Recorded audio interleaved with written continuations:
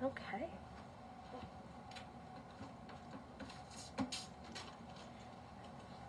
Hello, everybody. Thank you for joining us today. My name is Sarah. I work for the Bookstore. This is Odemi Pessu. She's an author, artist, and advocate for women's rights and mental health. She earned a Master of Public Affairs and a BA in International Relations and Political Economy from Brown University. Her research focuses on post-colonial development, gender equity, and political ecology in Nigeria, her family's home country. Through force of nature, Pessu brings her creative energy to the forefront, empowering overlooked communities to own their agency and use their voice. Without further ado, Odemi Pessu. Thank you for that intro. Well, I'm so happy to have you all here, and let me know if I need to speak louder, and also for the live stream if I need to speak louder for that. But like she said, Force of Nature is really just about empowering women and other women in overlooked communities to honor who they are and like who God created them to be. And before we start, I do want to say a short and sweet prayer. I grew up in the church, and faith is something that is very important to me. But while I have kind of found this in-between space where I navigate what it means to ascend to Christ consciousness, but also to honor those indigenous beliefs that ground where my family is from, I want to be able to kind of share that middle ground with you all and just set some positive intentions for the evening. So it is my prayer today that we will all be able to open our hearts to the supernatural peace and grace that abounds when we accept our true identities as physical embodiments of God consciousness. I express deep gratitude to God for the opportunity to gather in love and light, even in the midst of global turmoil. I pray that God will breathe into our spirits a blissful harmony that enables us to dance to the rhythm of expansion, so that we all may ascend to the heights we are destined to reach. And I pray that as we raise our vibrations of our hearts tonight and beyond this evening, may we raise the vibration of our communities and the world at large. And I pray that ultimately we will all leave here as missionaries of divine love and light. Amen. Thank you. So I was thinking before I came here, what should I say before I start? And I wanted to kind of give an overview of where my mind was at when I was writing this book. I published this book during the pandemic, and I'm sure, like most of y'all, it stirred this kind of like existential crisis inside of me where I started thinking about what does it mean to define myself in a way where I see myself how God sees me. And up until that point, I think I kind of over-identified with like what job I was working in, or where I was working, or what school I went to. And I had to pause and really think about what does it mean to be this physical embodiment of God's love and light, and how do I embody that in practice? And ultimately, I started to think about what does it mean to be sovereign and to not define myself by external metrics of success. So I want to read a short snippet from the end of my author's note that I think kind of pulls all of that stuff together. And if you are reading along, it is on page 15, and I'll begin now. Much like the seasons that God intends, my own story has come full circle. I have risen from the ashes, emboldened to continue my fight. I have grown from grounds of discontent into soft petals carried by serendipitous winds. The poems in this body of work were not written all at once. They are snippets and snapshots of different phases in my life. They are pieces of my heart, bare and open for the world to see, on my own terms. I held on to my words for so long because I was scared of what people would say, what they would think.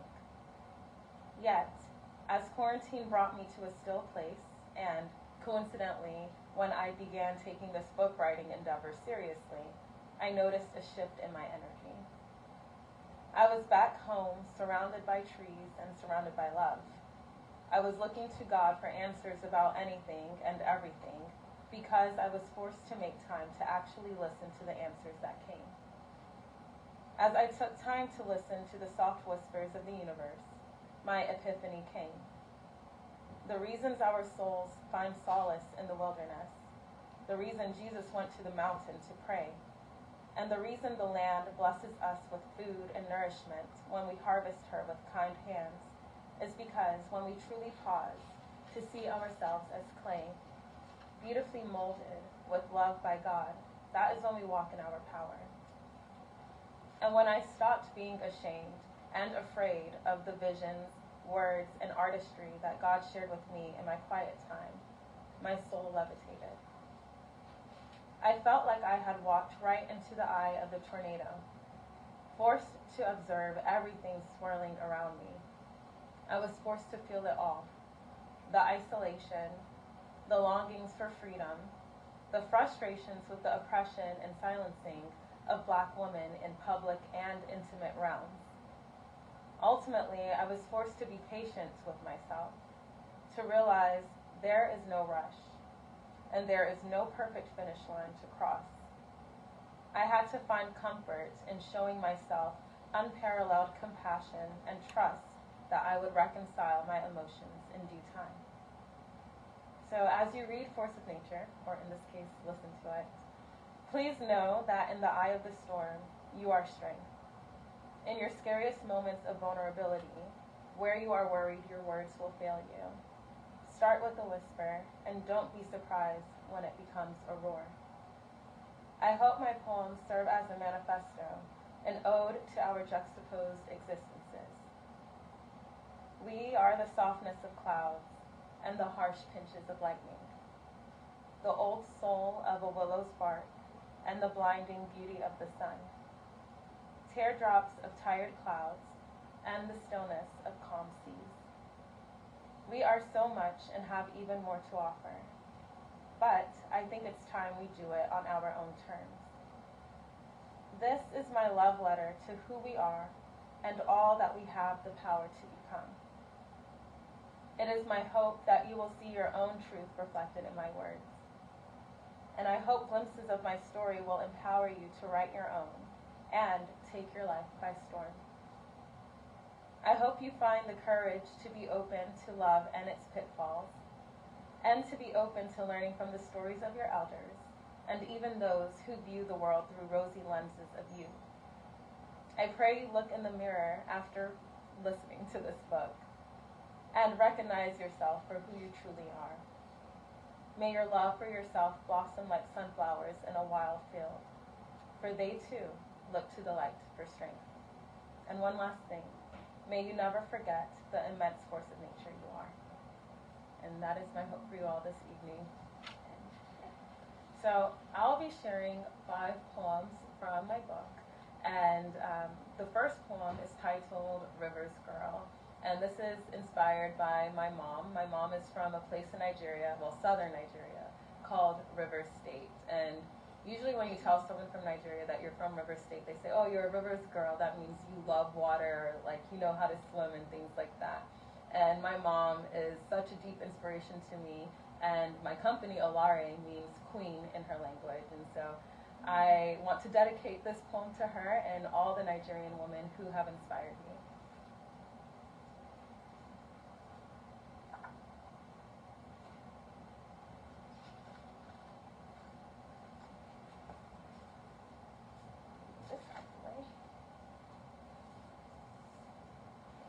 River's Girl. Huh? Oh, yes, of course. The page is page 88. Let me know when y'all get there. Okay. River's Girl. In times of discontent, I come to the fertile soils of conquered lands, dripping in liquid gold. And I ask, what does it mean for me to call captured pastures home? Can I find freedom as a sailor, conquering seas of my own, and finding solace in the icy opinions of waters who know truths as much as they know lies? Bearing witness to abduction, carrying love letters in bottles that will never drown. I find refuge in the lethargic stretches of cobalt waves dancing towards a molten sunset out of reach. Do they abide by the moon's wishes? Or do they meander without direction, in search of bare skin, just something warm at last to offset the winter's cold? I sit here, watching them scurry back and forth, and I marvel at how the movement of the air touches us differently. Indigo ripples become ardent tsunamis, while the hair on my neck stands still. As I feel tender kisses amidst imminent storms, I am at home in the wilderness, and relaxed by her chaotic unknown.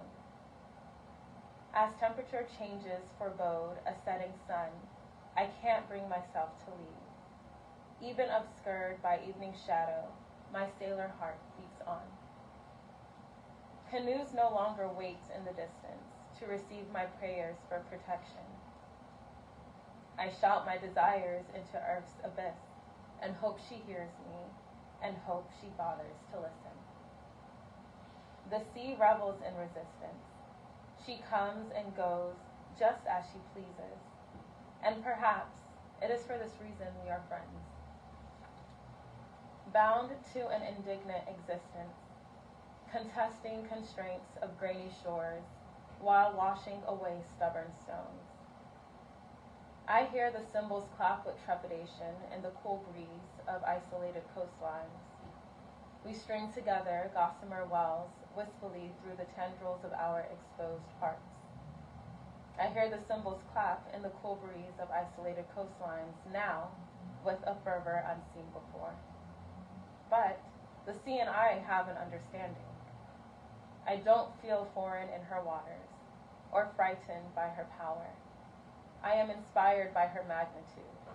It teaches me to know my own. So that was River Squirrel. And the second poem I'll be reading today is titled Keeping Score, which I'll give you guys the page number before I begin. It's on page 79. And this poem is really a critique of sexual violence against women in places like Nigeria and honestly other places in West Africa. You have instances in which young women are pursuing their education at universities and there are professors soliciting them for sexual favors in return for grades. And I remember watching this documentary probably sometime during the pandemic where they were investigating a case where this happened and nothing kind of really came about from it. And it just made me really upset, and I personally have had my own instances in which I've experienced predatory sexual harassment on the job. And when I think about cases like that and think about cases that happen against Nigerian women where they don't necessarily have organizations fighting for them like we do here in America, it just makes me really upset. And so this poem was written in response to that. But before I begin the poem, I do want to read a quote that I also included in my book by the Nigerian woman author, Buchi Emecheta. And she says, "I am a woman and a woman of Africa. I am a daughter of Nigeria, and if she is in shame, I shall stay and mourn with her in shame." And so I'll begin keeping score. Tears in my eyes, fall and cut, like slashes through a captured bow, feathers soft, blood still warm. I hear screams at night, and in the shadows of the early morn. They echo through the belly of thick air, the kind that seeps and haunts and hides their crimes. I hear her scream. It is an abducted innocence, choking on the aroma of fear. It rises to the clouds and the skyscrapers from which the yoga at top looks down. When he closes his blinds, the storm quickens pace, with her body's nectar spilling from the hollow gourd of the Lagos sky. The ground's green is turned to the color of crimson palm wine. But like a headless fowl, the cuts on her neck are still ripe, wet with the unwanted kisses and the burn of a devil's tongue. How can a corpse kiss back when the deed has been done? Fevered thrusts, back and forth, will always leave a mark on a severed heart cut in half. Where is the national uproar, the lace of funeral white? Where are the masses of mourners, machetes ready, ablaze and alert, ready to take flight? Instead, bitter leaves sway and plan Oshun's revenge. Her river waters leave fresh tally marks on the skin of bruised cheeks and the scratches of inner thighs. Our bodies keep score of every woman's plight. So that was keeping score. And the next poem that I want to read to you all today is titled Birthright. And so even while I was kind of grappling with some of these heavier emotions while writing this book, I also thought a lot about my family history. I've talked a little bit about where my mom is from, but on my dad's side, he's from Warri, which is kind of a neighboring place to River State. Ishikiri people, my dad's people, and Ija people, my mom's people, historically do not get along. And I think that has always been kind of like a complicated thing to navigate for me, being from both places technically. And I used to think a lot about my grandfather, and this is my grandfather on my dad's side. And he was a judge, and he's a descendant of great chiefs from the Warri Kingdom. And actually, when we had our recent king coronated in Warri, my grandfather, who is, I want to say, 100 right now, he's the oldest Aboriginal Ishikiri man alive right now, and he recited the oath for our new king. And so I thought a lot about him when I was writing this poem in particular, Birthright, and how when I navigate things like microaggressions and sexual harassment and all of these things that I encounter as a woman and as a Nigerian woman, as a child of immigrants, all of these different identity markers that I navigate in the US, I still hold on to that birthright of power that I feel has been passed down from my ancestral lineage. And I think all African women and all indigenous women should hold on to the truth of where they come from, because our people are powerful and we are powerful. So this is Birthright. I get carried away with the weight of the world. I can't feel foot sunken in soil. I raise my wings overhead like an erstwhile healed fowl, sputtering blindly through a deserted compound. Oh, wait, I'm sorry. This is on page 91. So I'll start all over. But, okay. Y'all are so kind for not reminding me. Okay, it's on page 91, so I'll start all over. Okay, Birthright. I get carried away with the weight of the world. I can't feel foot sunken in soil. I raise my wings overhead like an erstwhile healed fowl, sputtering blindly through a deserted compound. It was black as the night when I first tumbled forward, black with no light when I stretched my limbs outward. Towards eternity, I walked the fields. Gliding through high grass and fallen greens, I meandered through an ancestor's grave, buried beneath seaweed and locked with iron keys. I pay tribute to this legacy, a life hidden from me. This is my birthright. I am my grandfather's emancipated vision, persevering through the whip of hostile forays, raising a sword to headmaster's hand. I am the thoughts of chiefs conjured in the morning, seated on thrones threaded with ivory, and sipping from glasses peppered with gold. Leaning against the bark of this regal lineage emancipates my fears, positioning me to stand tall in the face of adversity, history's hard truth, society's deceit. Without hesitation, I walk the land once taken from me. I own the land, I reclaim my being. This is my birthright. And the fourth poem I'll be reading today is titled, I Write What I Like, and it's on page 157. And I Write What I Like was inspired by a collection of essays of the same name, I Write What I Like, by Steve Biko. And if you're not familiar with who Steve Biko is, he was an anti-apartheid activist who was brutally murdered by the police in South Africa. And I remember first learning about his work while I was a student here at Brown. And it was kind of the first time I learned about African activists in a way where it wasn't kind of sensationalized. And it also occurred to me that he wrote a lot of his most prolific work when he was around my age. And so I was deeply inspired by that. And I thought, well, I kind of want to take that inspiration and channel it towards writing something that is targeted more so at African women. Oftentimes, in African culture, around my age, we're encouraged to quickly get married and quickly bear children. And not that there's anything wrong with that. Those are all aspirations I still have, but I think that there's still room as well to be leaders in society and to be political activists and to be change makers. And so that's why I wrote this poem, more so as like a call to action in that regard. So this is called I Write What I Like. I believe that African women must find our own revolution, and that we must prepare to bear arms for our virtue and our right to the treasures of this earth.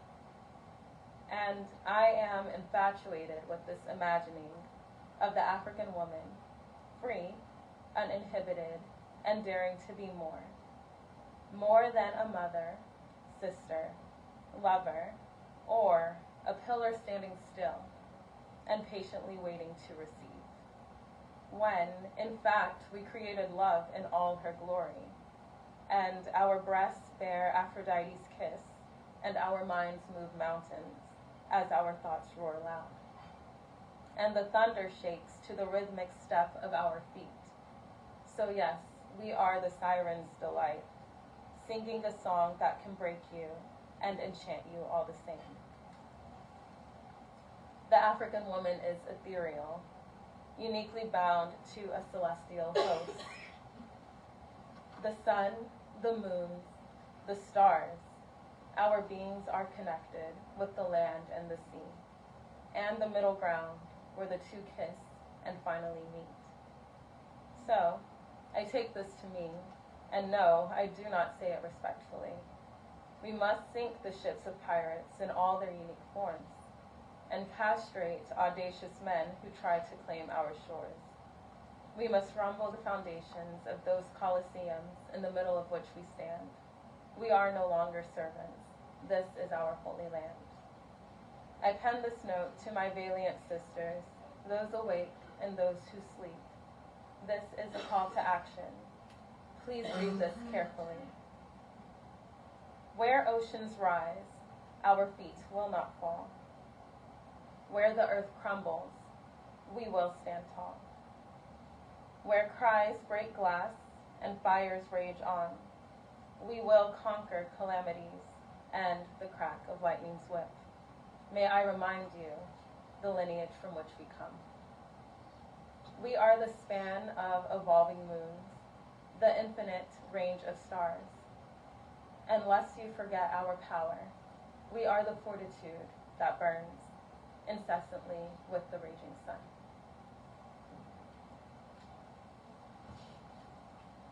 And the next poem is just on the next page, 160. And this is the final poem of this evening. And once again, I just want to thank you all for joining me.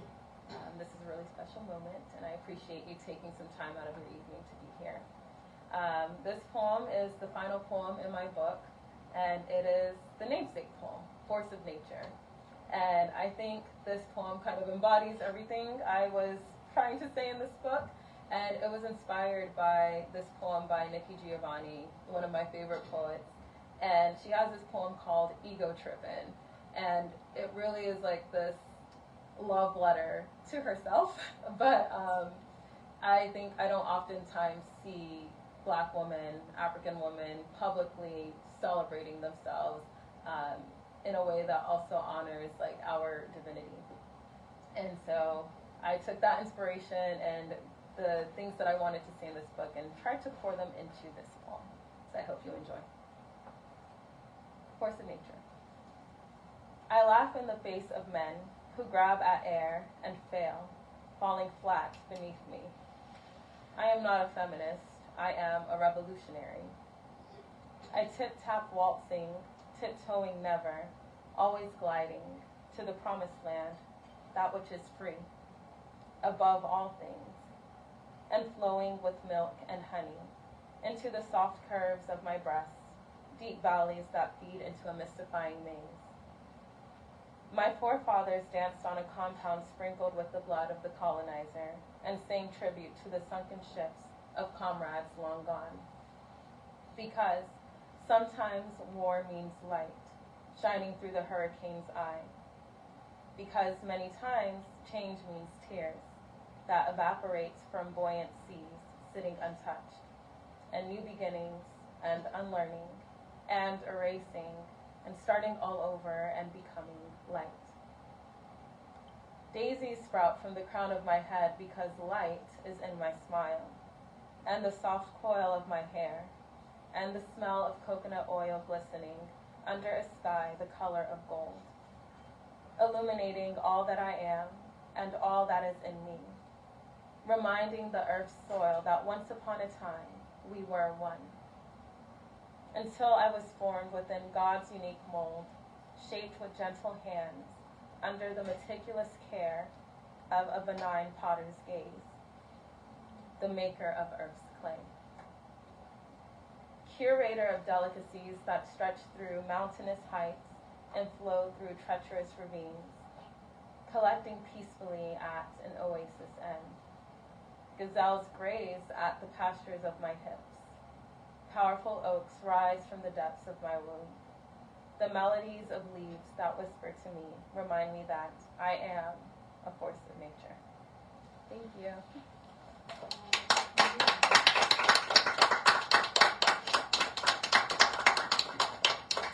So that was really all the poems that I wanted to read today, and now the space is open for questions about anything. So if anyone has any questions, you can ask them. And I'm happy to like kind of explain what my inspiration was behind some of the poems, or I don't know, just even process questions about what it's like to write a book and publish it.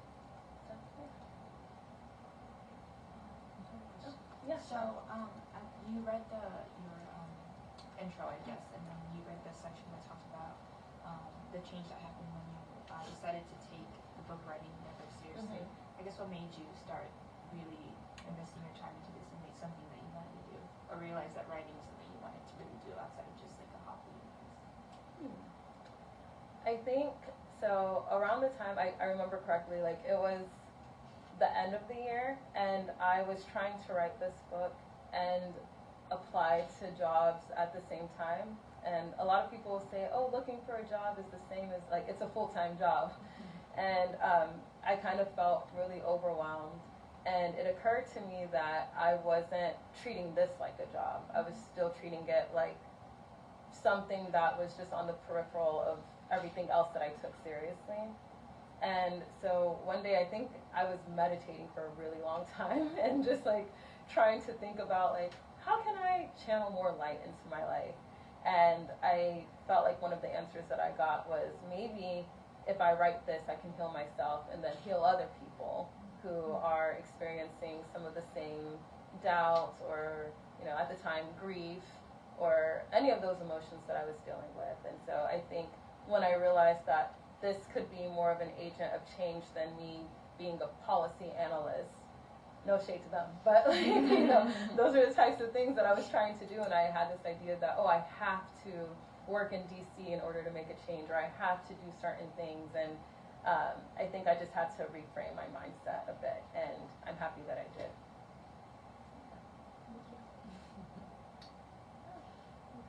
You mentioned your mom as one of your inspirations. What are some of the other areas of your life where you drew inspiration from for these poems?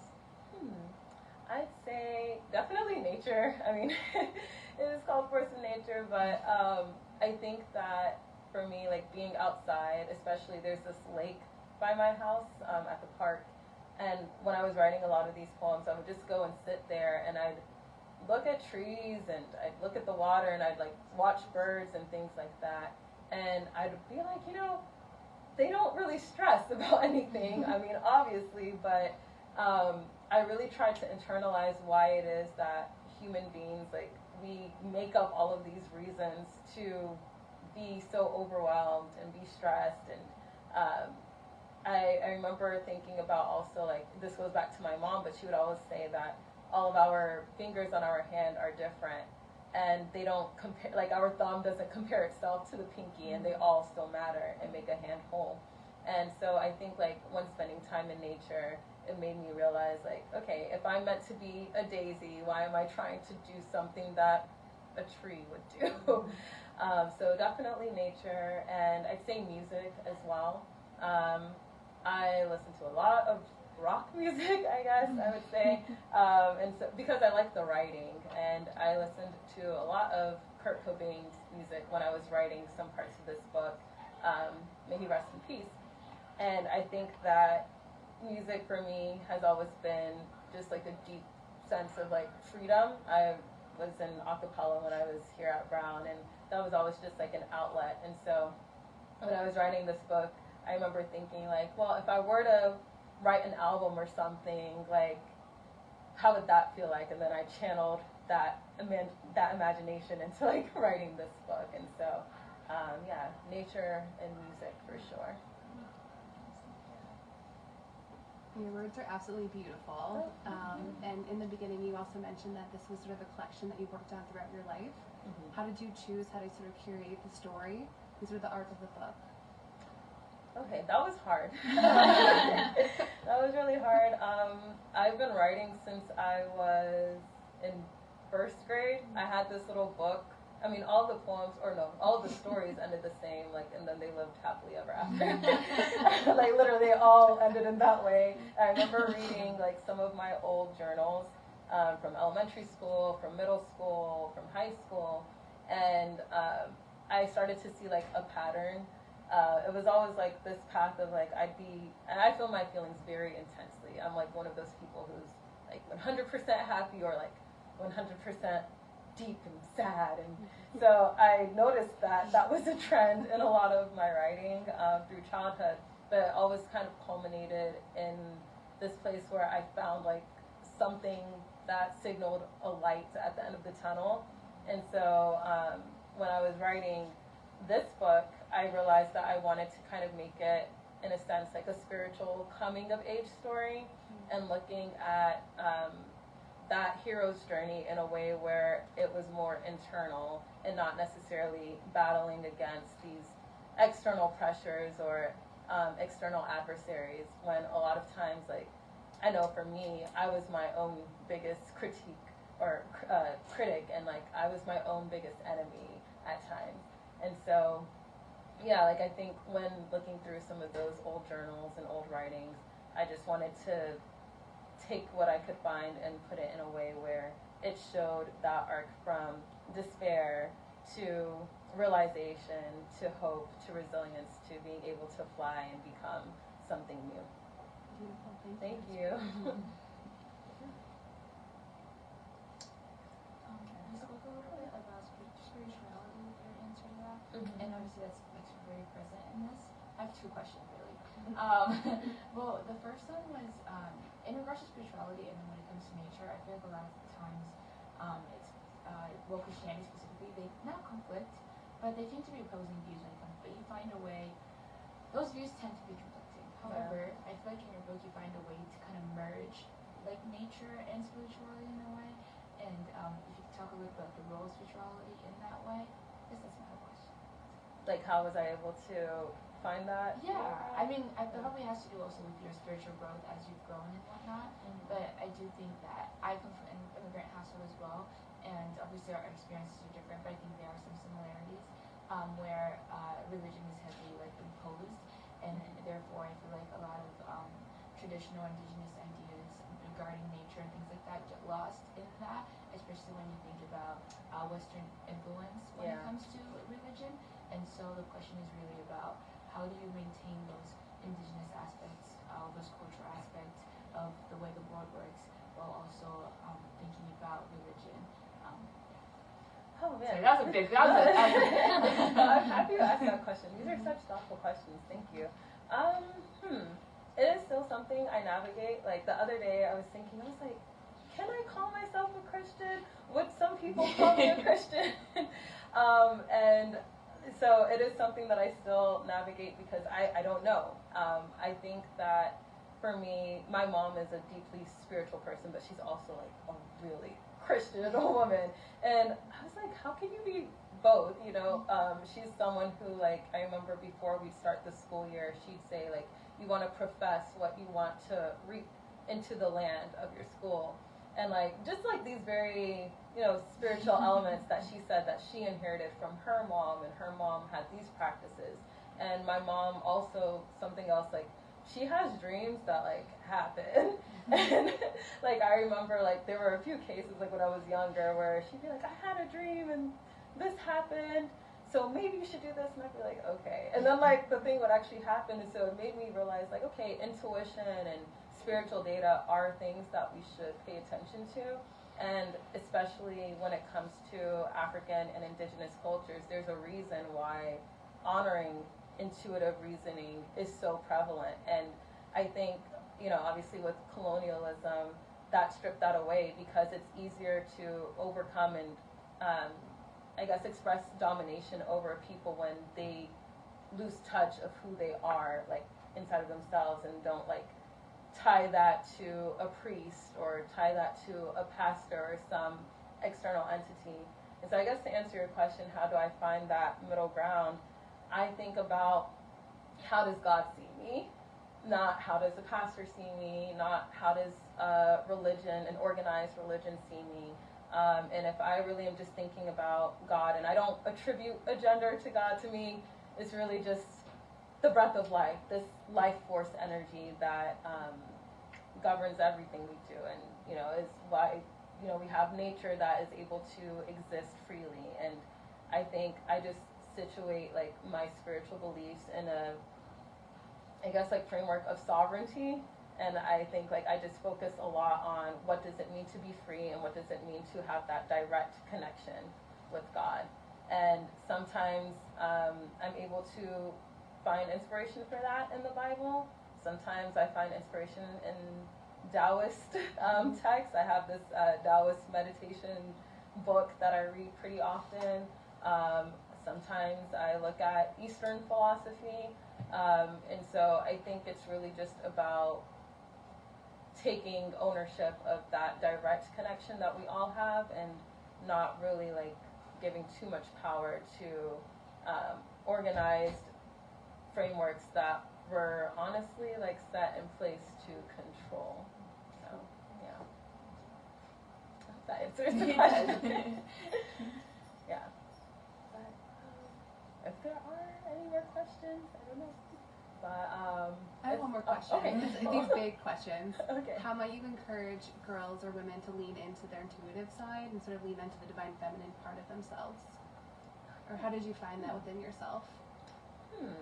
Okay, I guess that is kind of like, I'll break that into two parts. How I honor that in myself is I don't criticize myself for being this really sensitive person. I was just talking to my sister about this today. I was like, man, I feel like I cry a lot. And, like, not, like, just over anything, but, like, I've noticed that, you know, my body just has certain reactions to things. And I remember when I was working in a really stressful corporate environment, there were times that I wanted to cry, and I felt like I couldn't. And I feel like, I say all that to say that, like, just leaning into your body, not as much as, like, we in Western society are always, like, kind of encouraged, oh, like, just be very cerebral and just kind of, like, use logic only. And I think kind of stepping away from that and listening to, well, how do things feel Like, what are my gut reactions? What are my dreams saying? What is my subconscious saying? What is my programming saying? You know, and like, I feel like over the last 2 years have taken a lot of time to like really understand like what are my subconscious, or what is my subconscious conditioning in regards to like what I'm capable of doing, and in regards to what my power is, and also like what it means to surrender to flow and just kind of like allow things to, yeah, just flow instead of being the one to make things happen. And so I guess how I would encourage young women to lean into that is to listen to their body more, because I think our body oftentimes tells us things that we need to hear before it manifests in the physical. And I think women can be very, very deeply intuitive individuals, but we live in a society that tells us to question things that we feel deeply. And so it is kind of a rebellion against that, and to not be afraid of being rebellious against like what people outside of your mind and outside of what God tells you is true. Like, yeah, don't be afraid of rebelling against that. Beautiful, thank you. Thank you. These are all really great questions. And making me think. Oh, Okay. Well, so you went to Brown 10 years ago, and being in your there's no. Yeah. Got it. Sorry, I don't know why I like sit as like a. Anyways. And you read a little about the influence that Brown has. You even have like a poem, I think it's called College Hill, dedicated to Brown in a way. Could you, I guess, expand more on the impact that Brown had, I guess, in your development, like your personal development and whatnot? Because I do feel like it can be, being here can be such a contradicting experience, because while it is like a wonderful opportunity and it's a great school and it exposes you to so many things, the institution of itself has its own problems, I guess. Yeah, Brown was a complicated place for me, for sure. So yeah, I got into Brown 10 years ago, and I remember, like, for me it was a life-changing experience because I was here on scholarship. So I got in through Questbridge. I'm a Questbridge. Oh, Yeah. Oh my God. Oh yeah. So you understand? Yeah, that was a process. So through Questbridge and Ron Brown, and I remember I had certain like ideas of what Brown would be for me when I got here, and you know, Brown was the first place I ever experienced colorism. I did not know what that was until I got here. I did not know what misogynoir was until I got here. I came from Atlanta, Georgia, where everybody was black for the most part. Like, all of the people I was around were either other African immigrants, or, and I grew up in public schools, so like certain ideologies and behaviors that I encountered when I got to Brown were very foreign to me. And I think ultimately I'm kind of grateful I encountered that, like, at that age, because it forced me to kind of turn inwards and think about, well, if this is how people treat me, how am I going to treat myself? Like, where am I going to source my own power and like confidence from? Because we're all here at Brown, so one could say, oh yeah, we should all be confident because, you know, we're Ivy League students or this and that. But I think like I had to kind of really mature spiritually and emotionally, and source confidence from other things, like how kind am I to others? How loyal am I to the people that I care about? How do I dedicate myself to, I guess, movements beyond me? And then I'd say another way that Brown was like really integral in my own personal development was the faculty here. There were definitely times when I was going through pretty rough times, and there were faculty, I'm thinking of one in particular. There's a poem in here dedicated to him, Anani. He passed away during the pandemic, but that was a mentor of mine and a mentor to a lot of different Black and African students on campus. And I remember during his class, West African Writers and Political Kingdoms, that was the first time I ever encountered books written by Nigerian women, like outside of Chimamanda Adichie. Like, that was the only Nigerian author I knew in high school. But then, you know, I'm here and I'm learning about Mariama Ba and Ama Ata Adu and Buchi Macheta and all of these, and you know, not a woman, but Steve Biko, like all of these activists and writers and visionaries from the African continent.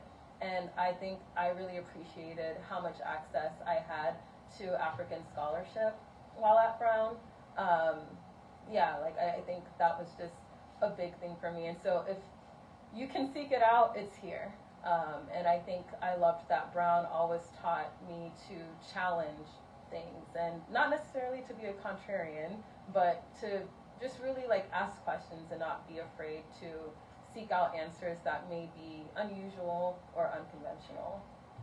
So yeah, I think that's what I love about the spirit of Brown. And yeah, I don't know if I think we're done here.